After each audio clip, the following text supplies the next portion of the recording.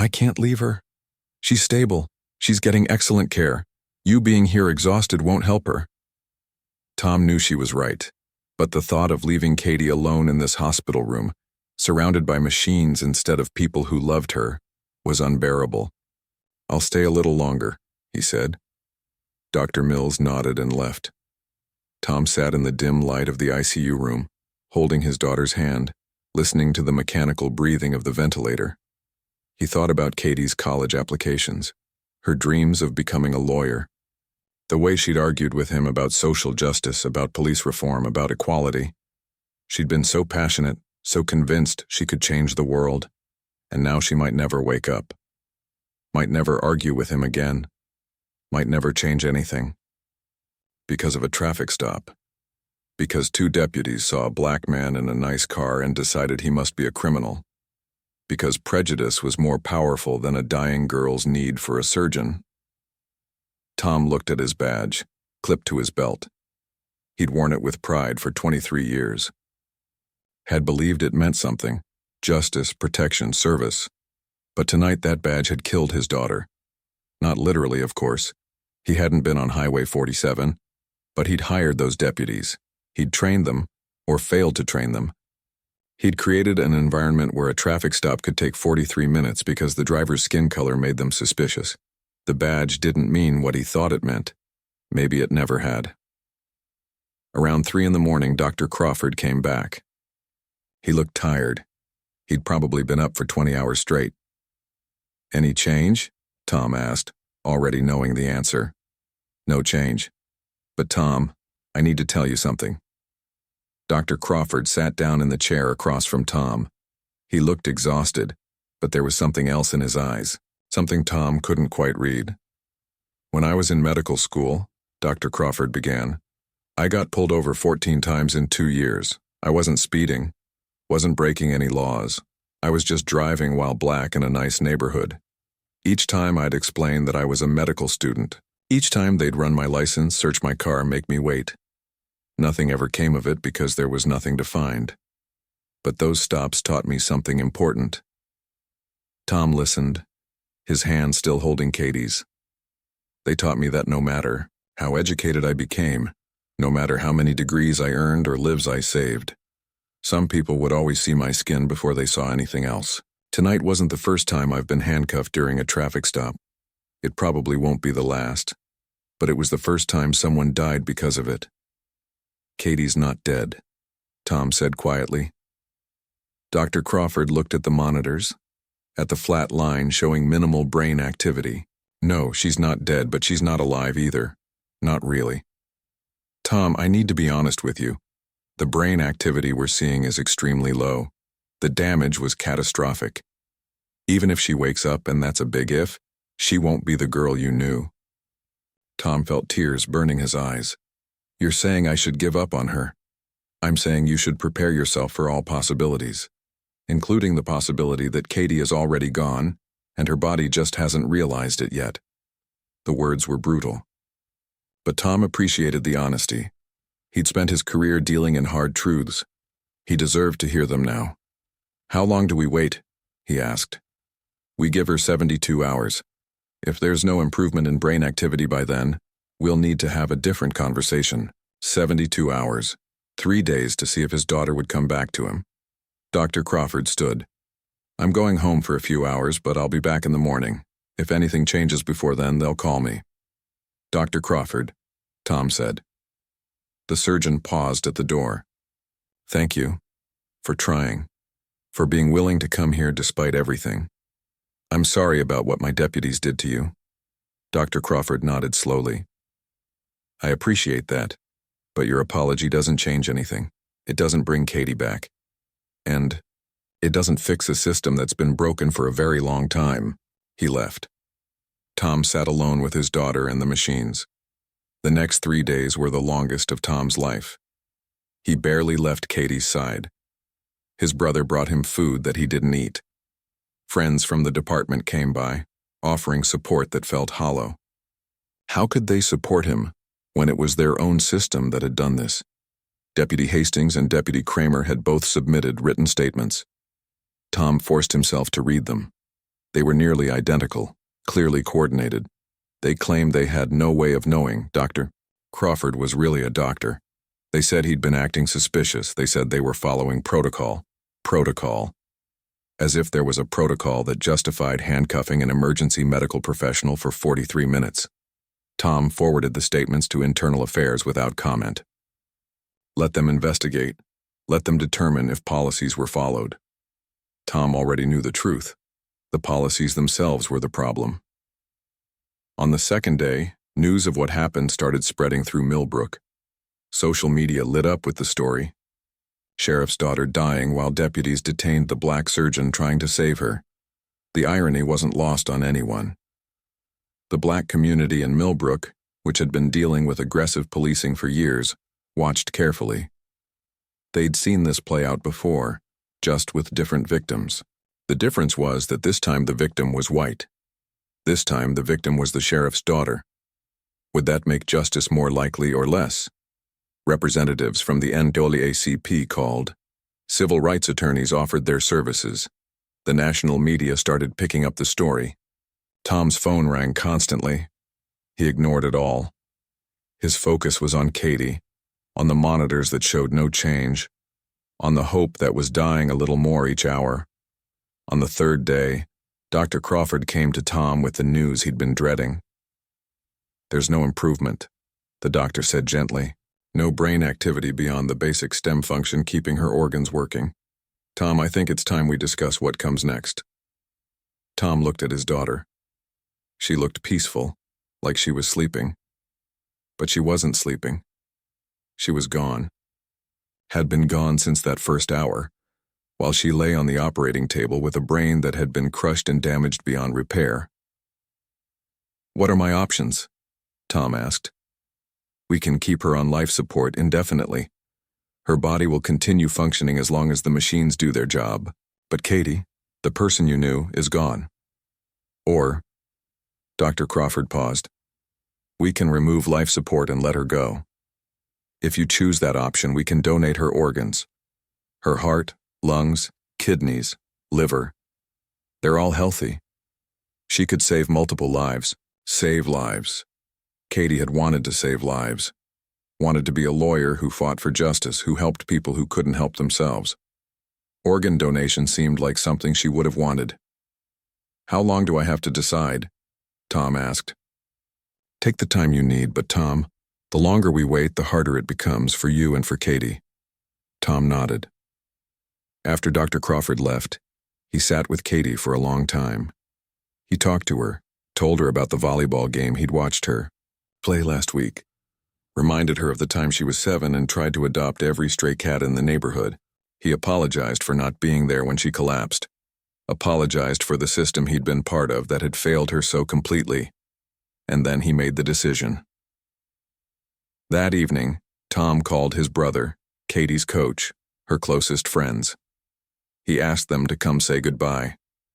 They filled Katie's room crying, touching her hand, whispering things they wished they'd said when she could hear them. Tom stood by the window watching the sunset, orange and purple, just like it had been 3 days ago when Dr. Crawford had been racing to save her. So much had changed.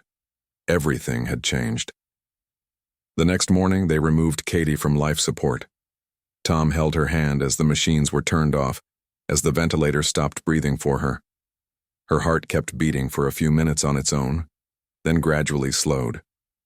At 11:47 a.m., Katie Whitmore was declared dead. She was 17 years old. She'd been dead for 3 days, but her body had only just caught up to the truth. The organ donation team moved quickly. Katie's heart went to a 40-year-old man in the next state. Her lungs saved a teenage boy with cystic fibrosis. Her kidneys, liver, corneas all went to people who desperately needed them. In death, Katie saved 6 lives. It was cold comfort, but it was something. The funeral was held 4 days later. The church was packed. Katie's classmates wore their volleyball jerseys.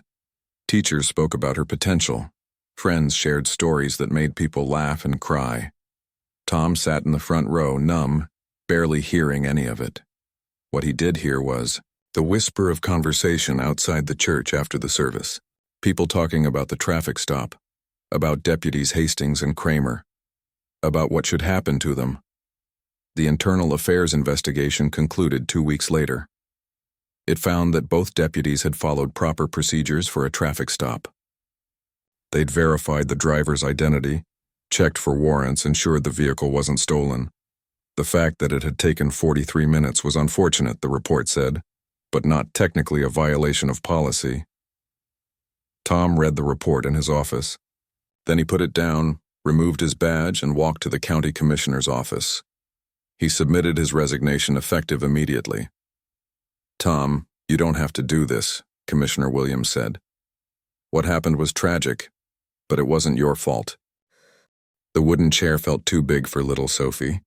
Her feet dangled above the floor, swinging back and forth as she tried to get comfortable. The courtroom was nothing like she'd seen on TV. It smelled like old books and floor polish, and every sound seemed to echo off the high ceilings. Sophie clutched her stuffed rabbit tighter, even though her mom had told her she was too old to bring toys to important places. Judge Patricia Morrison looked down at the 8-year-old girl from behind her bench. The judge had kind eyes, the sort that crinkled at the corners when she smiled. She'd been doing this job for almost 20 years, and she'd seen hundreds of children sit in that same chair, but something about this case had been bothering her from the start. "Sophie, honey, I just want to ask you a few questions. There's no right or wrong answers, okay? I just want to understand how things are at home." The judge's voice was soft, almost like she was talking to her own grandkids. Sophie nodded, her blonde ponytail bobbing. She glanced over at her dad, Robert, who sat at one table with his lawyer. Then she looked at her mom, Jennifer, who was dabbing her eyes with a tissue at the other table. Sophie hated seeing them so far apart. They used to sit together at dinner. They used to laugh together. "Can you tell me what you do when you're at your dad's house?" Judge Morrison asked. Sophie thought for a moment. "We eat dinner. Sometimes we watch a movie. And we talk." "What do you talk about?" This was where Sophie hesitated. She looked down at her rabbit, picking at one of its floppy ears. Her dad had told her that everything would be fine, that she should just tell the truth. But the truth felt heavy, like carrying her backpack when it was stuffed with too many books. "We talk about his day," Sophie said quietly, "and about how he's feeling." The judge leaned forward slightly. "How he's feeling?" Sophie nodded. "He gets sad sometimes. Really sad. So I make him feel better." Jennifer's lawyer, a woman in a sharp gray suit, straightened in her chair. Robert's face had gone completely pale. He was staring at his daughter with an expression that was hard to read, somewhere between shock and shame. "Can you tell me more about that, Sophie? How do you make him feel better?" The little girl's voice got even quieter. "I'm kind of like his counselor," she said. You could have heard a pin drop in that courtroom. The court stenographer's fingers froze over her keyboard. The bailiff, who'd been standing by the door looking bored, suddenly paid attention. Even Jennifer stopped crying and just stared at her daughter. Judge Morrison had heard a lot of things in her career. She'd heard children lie to protect abusive parents. She'd heard them exaggerate to get attention. She'd heard them repeat lines that had clearly been fed to them by one parent or the other. But this didn't sound like any of those things. This sounded like a child stating a simple fact, the way she might say, "I'm in 3rd grade," or "I have a pet hamster." His counselor? The J. They spent the next hour crafting a plan. It wasn't perfect, and it would require Robert to do some serious work. But it was better than the alternatives. When they finally walked back into the courtroom, everyone was waiting. Robert looked like he'd aged 10 years in the last hour. His tie was loosened, his hair was messy from running his hands through it, and his eyes were red. Jennifer looked confused and angry and sad all at once. Both lawyers were whispering urgently to their clients. "All rise," the bailiff said, and everyone stood. Judge Morrison took her seat and looked out at the courtroom. "Mr. Patterson, I'm going to ask you some questions now. You can consult with your attorney, but I want honest answers. Do you understand?" "Yes, Your Honor." Robert's voice was hoarse. "Were you aware that your daughter feels responsible for your emotional well-being?" Robert's jaw clenched. I knew we talked, but I didn't realize she felt responsible." "Did you tell her about your financial problems?" "Sometimes, yes." "Did you tell her about missing your ex-wife?" "Yes." "Did you cry in front of her?" Robert's voice broke. "Yes, how often?" "I don't know, maybe a few times a week," Jennifer gasped. Robert's lawyer put her head in her hands. Judge Morrison's voice remained steady. Mr. Patterson, do you have a therapist? No. Do you have friends you talk to about your problems? Not really. Most of our friends were couple friends, and after the divorce, and he trailed off. Do you have family you can lean on? My brother, but he lives across the country, and I didn't want to burden him. So instead you burdened your 8-year-old daughter. The words hung in the air like a hammer blow. Robert flinched. I never meant to. I swear to God I never meant to hurt her. She's everything to me. She's the only good thing left in my life. And that, Dr. Chen said, speaking up from his seat, is exactly the problem. Everyone turned to look at him. He stood up and Judge Morrison nodded for him to continue. Mr. Patterson, your daughter shouldn't be the only good thing in your life. That's too much pressure for a child. She should be one of many good things. You should have friends, hobbies, goals, support systems. Sophie should get to be your daughter, not your therapist or your best friend or your reason for living. Those are adult responsibilities and you're putting them on a child's shoulders. Robert was crying now, not even trying to hide it. I know that now. I've been so lost, so alone. And she was there, and she's so smart, and she always knows what to say. I didn't mean for it to happen. It just did. That's how these things work, Dr. Chen said, his voice gentler now.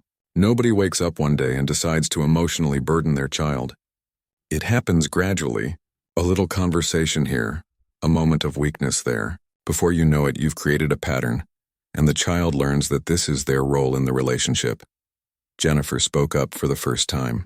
Why didn't you tell me, Robert? Why didn't you tell me you were struggling this badly? We could have figured something out. We could have made sure Sophie wasn't caught in the middle. Because I was embarrassed, Robert said. Because I'm supposed to be the strong one. I'm supposed to have it all together. And instead I'm falling apart and my 8-year-old daughter is holding me together with her tiny hands. How pathetic is that? The raw honesty of his words seemed to take everyone by surprise. Jennifer's anger softened slightly. His lawyer stopped looking so defensive. Even Judge Morrison's stern expression shifted into something more understanding. Mr. Patterson, being vulnerable isn't pathetic. Being human isn't pathetic. What's problematic is using your child as your emotional crutch. But I don't think you're a bad father. I think you're a father who made mistakes because you didn't have the tools to handle a difficult situation. And that can be fixed. Robert looked up, hope flickering in his eyes. How? Tell me how to fix this. I'll do anything. Judge Morrison glanced at Dr. Chen, who nodded. This was the moment. This was where they would either save this family or watch it crumble further. I'm not taking away your visitation, Judge Morrison said, but I am putting conditions on it. Strict conditions. And if you violate them, we'll revisit this decision. Do you understand? Yes, whatever you need. I'll do it. You're going to start therapy. Individual therapy, twice a week minimum. Dr. Chen will provide you with a list of therapists who specialize in divorce and depression. You will attend every session. You will do the work. You will be honest with your therapist about what's been happening with Sophie. Robert nodded frantically. Okay. Yes.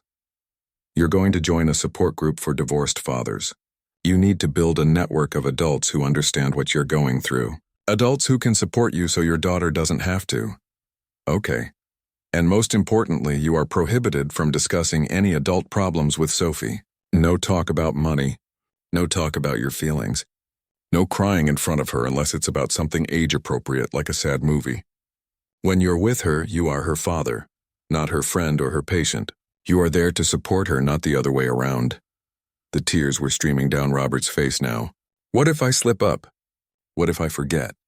Then you catch yourself and redirect, Dr. Chen said. If you start to tell her about something adult, you stop mid-sentence and say, actually, that's grown-up stuff. Let's talk about your day instead.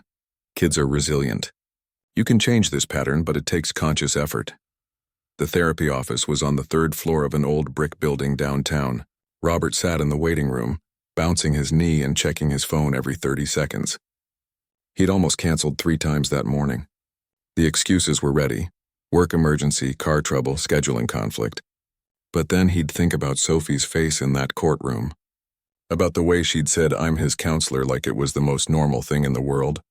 And he'd feel sick all over again. The door opened, and a man in his 50s with gray hair and kind eyes stepped out. Robert, I'm Dr. Frank Martinez. Come on in. The office was smaller than Robert expected.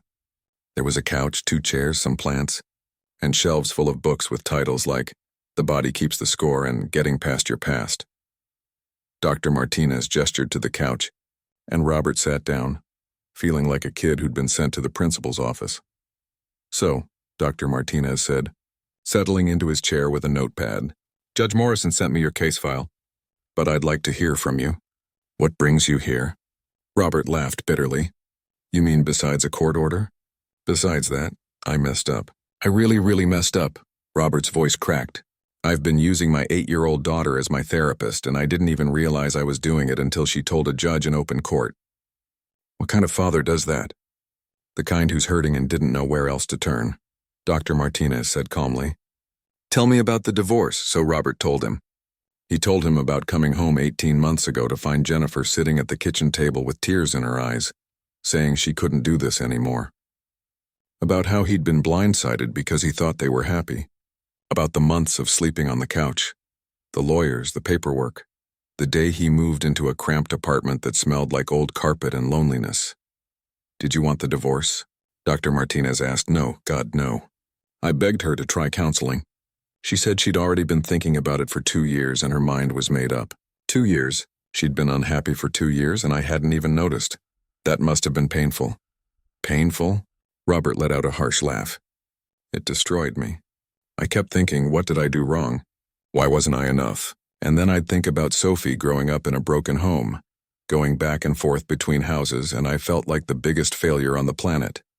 Dr. Martinez wrote something down. "Tell me about your support system during this time." "Who did you talk to?" "Nobody, really. My brother calls sometimes, but he's got his own life. He's married, got 3 kids, busy job. I didn't want to dump my problems on him." "What about friends?" Robert shifted uncomfortably. "Most of our friends were Jennifer's friends first, or couple friends. After the divorce, it got weird. People took sides, or they just disappeared. I guess nobody knows what to say to the sad divorced guy." "Did you consider therapy back then?" "Yeah, Jennifer suggested it. But I don't know. I thought therapy was for people who were really messed up. I thought I could handle it on my own. I'm a grown man, right? I should be able to deal with my own problems." Dr. Martinez looked at him steadily. "And how did that work out?" Robert put his face in his hands. "Obviously not well, since I ended up crying to my 2nd grader about how lonely I am." "When did it start?" "When did you first start confiding in Sophie?" Robert tried to remember. "It wasn't all at once. At first I was trying really hard to keep things normal for her. When she came over, we'd play games, watch movies, stuff like that. But then one night I was having a really bad day. Work had been terrible, the bills were piling up, and I was just sitting at the kitchen table staring at nothing. And Sophie came over and asked if I was okay." "What did you say?" "I told her the truth. I said I was sad. And she climbed into my lap and hugged me and said, 'It's okay, Daddy, you're going to be okay.' And it felt so good to hear that. To have someone care. To not feel so alone. And then it happened again." After the meeting, Tom walked Robert out to the parking lot. "You're gonna be okay, man. I can tell. You showed up and that's half the battle." "I'm scared I'm going to mess up again," Robert admitted. "You will. We all do. But the difference is now you're aware of it, and you've got people to call when things get hard. Here." Tom handed him a piece of paper with phone numbers on it. "That's my number, Carlos's number, and Kevin's number. Any of us, anytime. 2 in the morning, doesn't matter. You feel yourself slipping, you call one of us." Robert looked at the paper, his vision blurring. "Thanks. We've all needed that call at some point. Now go home and get some sleep. And remember, tomorrow's a new day with Sophie. You got this." The next few weeks were harder than Robert expected. Every time Sophie came over, he had to fight the urge to fall back into old patterns. She'd ask how he was doing, and he'd have to bite his tongue to keep from unloading. She'd sit next to him on the couch, and he'd feel that familiar pull to confide in her. But he redirected. Over and over he redirected. "How was your day, Dad?" Sophie asked one evening as they sat down to pizza. "It was good, sweetie. But I want to hear about yours. What happened at school?" Sophie looked surprised. We had a math test. I think I did okay." "That's great. What else?" "Lucy and I played at recess. We made up a game where we're explorers on." "What kind of explorers?" And just like that, Sophie was talking. Really talking. About her game, about her friends, about the book she was reading. And Robert realized he'd spent so much time talking at her about his problems that he'd stopped really listening to her life. Therapy was helping too. Dr. Martinez was patient but firm, calling Robert out when he made excuses and celebrating when he made progress. They worked on his depression, his grief over the divorce, his fear of being alone. "I think I know why I leaned on Sophie so hard," Robert said during one session. "My dad did the same thing to me." Dr. Martinez leaned forward. "Tell me about that." "After my mom left, when I was about 10, my dad fell apart. He'd sit at the kitchen table every night drinking beer and talking about how much he missed her, how she'd ruined his life, how he didn't know how to go on. And I'd sit there and listen because I didn't know what else to do. How did that make you feel? Scared, really scared. Because if my dad couldn't handle it, then what was going to happen to us? And also kind of important, like I was the only one who could help him. And now you're doing the same thing to Sophie." Robert nodded, tears in his eyes. "I swore I'd never be like my dad. And here I am, repeating the exact same pattern." "But you're not," Dr. Martinez said firmly. "Your dad never got help. He never recognized what he was doing wrong. You did, you're here. You're doing the work. That's the difference." Judge Morrison had also ordered monthly check-ins with Dr. Chen, the court psychologist. He'd meet with Sophie, then with Robert, and report back to the judge on their progress. After the second month, Dr. Chen called Robert into his office. "I talked to Sophie today. She says things are different with you now." Robert's heart raced. "Different good or different bad?" "Different good. She says you play games more. You ask about her day, and she says you seem happier. Do I?" Dr. Chen smiled. "You tell me. Are you happier?" Robert thought about it. The depression was still there, lurking in the background. The loneliness still hit him sometimes, usually late at night. But there were other things now, too. The guys from the support group who texted him memes and checked in on him. His brother, who he'd finally opened up to and who called every Sunday now. His therapist appointments where he could talk about the hard stuff without burdening an 8-year-old. "I think I'm getting there," Robert said. But the real test came 3 months in. Robert had a terrible day at work. His boss had chewed him out in front of everyone for a mistake that wasn't even his fault. His truck had broken down again and the repair bill was going to wipe out his savings.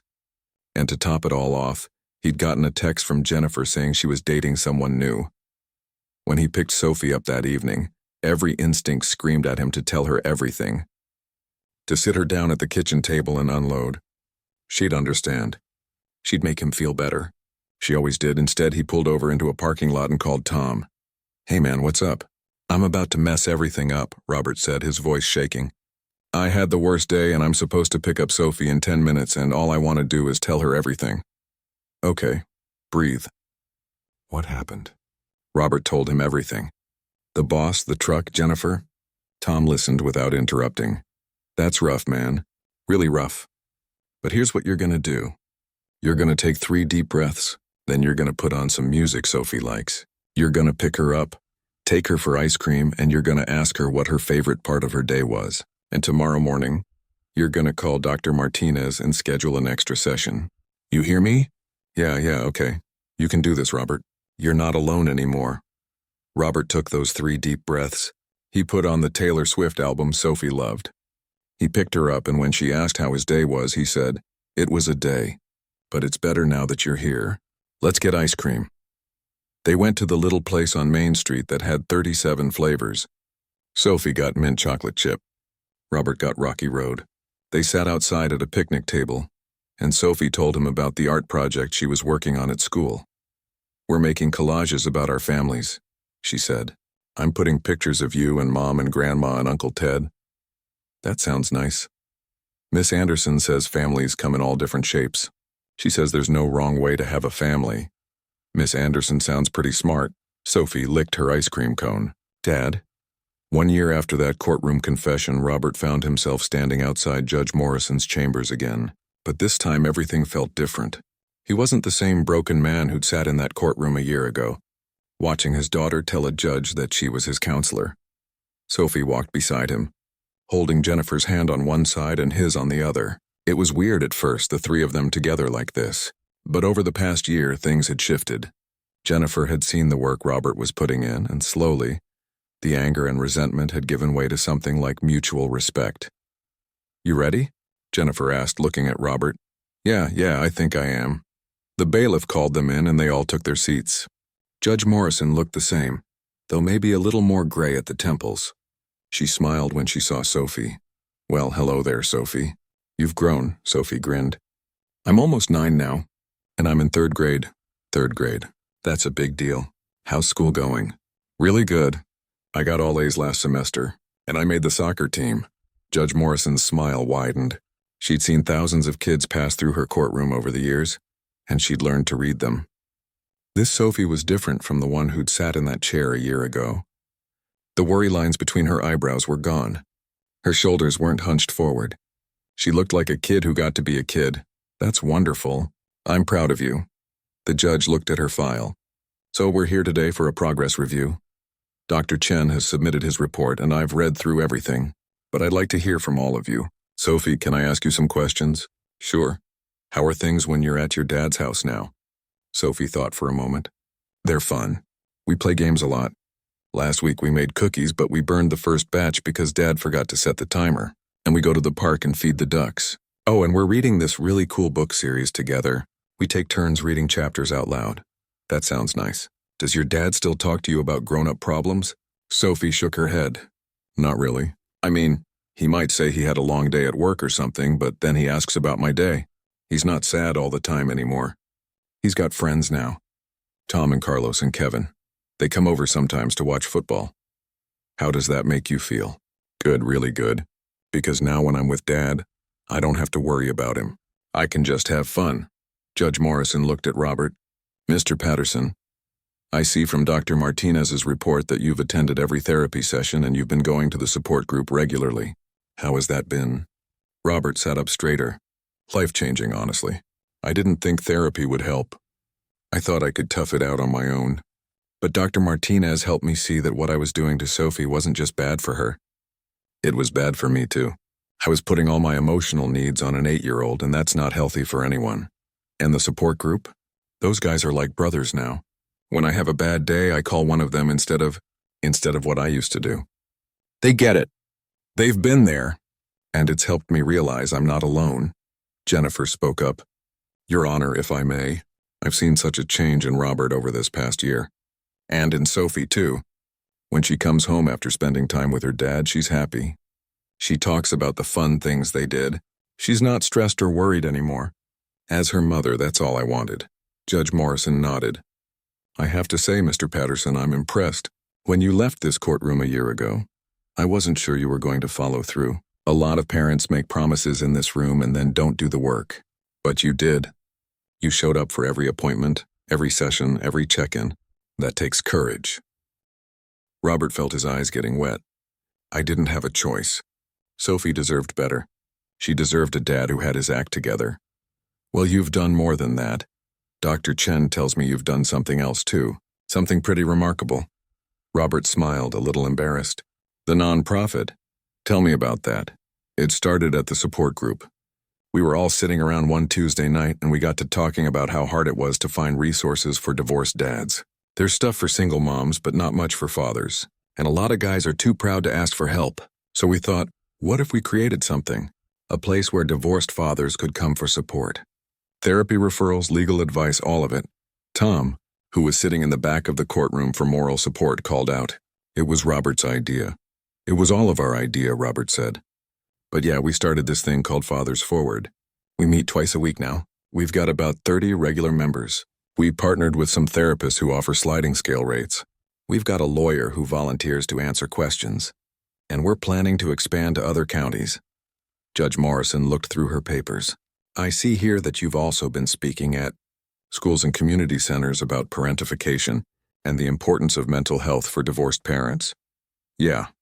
If I can help one dad avoid making the mistakes I made, it's worth it.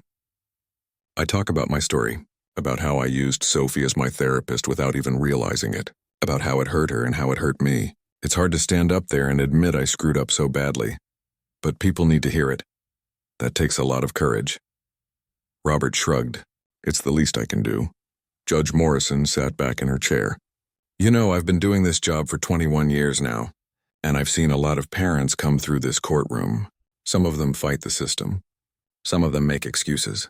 Some of them do the bare minimum and then ask for more, but very rarely do I see someone take a wake-up call like you got and turn it into something that helps not just their own family, but other families too. She turned to Sophie.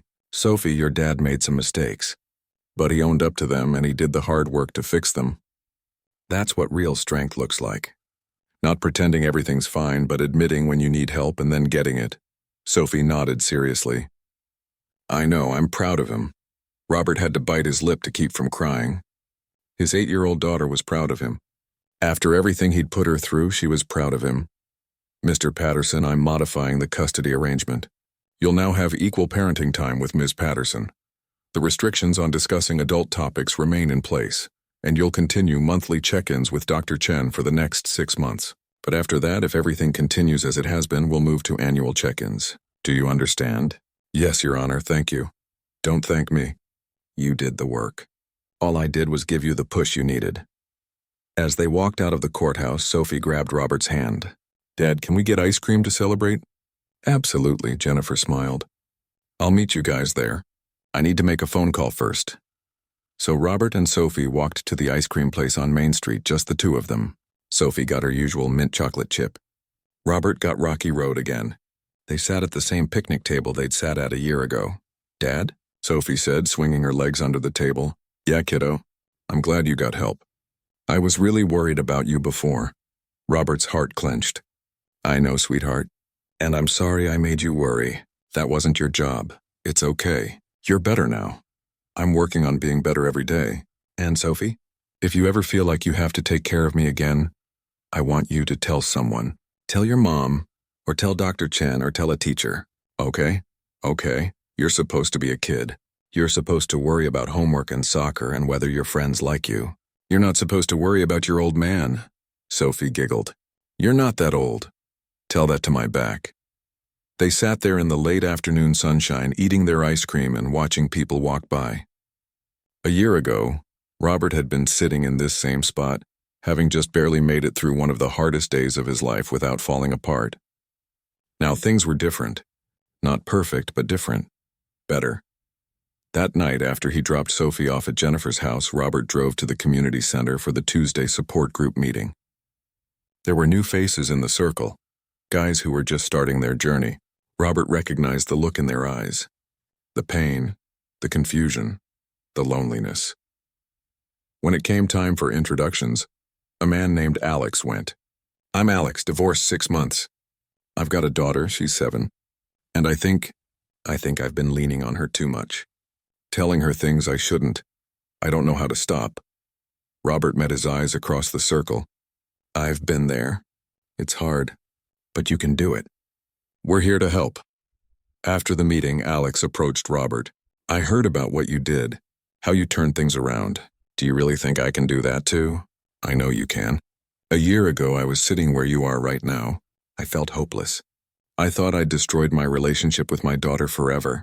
But I did the work, and you can too. What if I mess up? You will, we all do. The trick is catching yourself and redirecting, and calling someone when you need help. Robert handed him a card with his phone number. Anytime, man, seriously. Driving home that night, Robert thought about how far he'd come. He thought about that moment in the courtroom when Sophie had said, I'm his counselor. How it had felt like his whole world was ending. How he'd wanted to disappear, to cease existing because the shame was so overwhelming. But that moment had been a gift. A painful, humiliating, necessary gift. Because without it, he would have kept going down that path. He would have kept using Sophie as his emotional support, and she would have grown up believing that her job was to fix broken people. And years from now, she would have been sitting in some therapist's office trying to undo the damage. Instead, she got to be a kid. She got to play soccer and make collages and worry about whether she'd finished her homework. She got to have fun with her dad without feeling like she had to hold him together. And Robert? He got to be a real father. Not perfect, but present. Not without problems, but not drowning in them either. He had friends now. He had a support system. He had purpose beyond just surviving each day. 3 months later, Fathers Forward held its first big fundraiser. They rented out a community center and invited everyone who'd been part of the program. There were speeches, there was food, and there was a moment where Robert stood at a podium in front of 50 people and told his story. A year and a half ago, I hit rock bottom. My 8-year-old daughter told a judge that she was my counselor, and I realized I'd been so lost in my own pain that I dragged her down with me. I stood in that courtroom and I had a choice. I could make excuses or I could do the work. He paused, looking out at the faces in the crowd. Some of them were from the support group. Some were therapists who'd volunteered their time. Some were just members of the community who wanted to support the cause. I chose to do the work, and it was hard. It's still hard some days, but because I made that choice, I got my daughter back. Not as my therapist or my best friend or my reason for living, as my daughter. And that's the greatest gift I've ever received. Sophie was in the front row sitting next to Jennifer. She was beaming up at him, proud in that unself-conscious way that only kids can be. Robert smiled at her. So if you're here tonight because you're struggling, I want you to know something. It gets better. Not overnight. Not without effort. But it does get better. And you don't have to do it alone. That's why we created Fathers Forward. Because no dad should have to use his kid as a therapist. And no kid should have to carry the weight of their parents' world on their shoulders. The room erupted in applause. Robert stepped down from the podium and Sophie ran up to hug him. That was a good speech, Dad. Thanks, kiddo. Can we go get ice cream now? Robert laughed. Yeah, we can get ice cream. As they walked out into the evening air, Robert realized something. He was happy. Not the manic, desperate kind of happy that comes from avoiding your problems, but the quiet, steady kind of happy that comes from doing the work, facing your demons and coming out the other side. It had taken hitting rock bottom. It had taken his daughter telling a courtroom full of strangers that she was his counselor. It had taken a year of therapy and support groups and learning to redirect and building a life that didn't revolve around a child. But he'd done it. And in doing so, he'd not only saved his relationship with Sophie, but he'd created something that would help other fathers avoid making the same mistakes. Sometimes the most unbelievable outcomes come from the darkest moments. Sometimes you have to break completely before you can rebuild yourself into something better. And sometimes an 8-year-old girl's honesty in a courtroom can change not just one family, but an entire community. Robert held Sophie's hand as they walked to the ice cream place. The same place they'd been going to for a year now. The place where they'd celebrated small victories and big ones. Where they'd eaten ice cream and talked about third-grade drama and soccer games and absolutely nothing heavier than that. Mint chocolate chip? Robert asked as they walked in. Always, Sophie said. What about you? Rocky Road. You always get Rocky Road.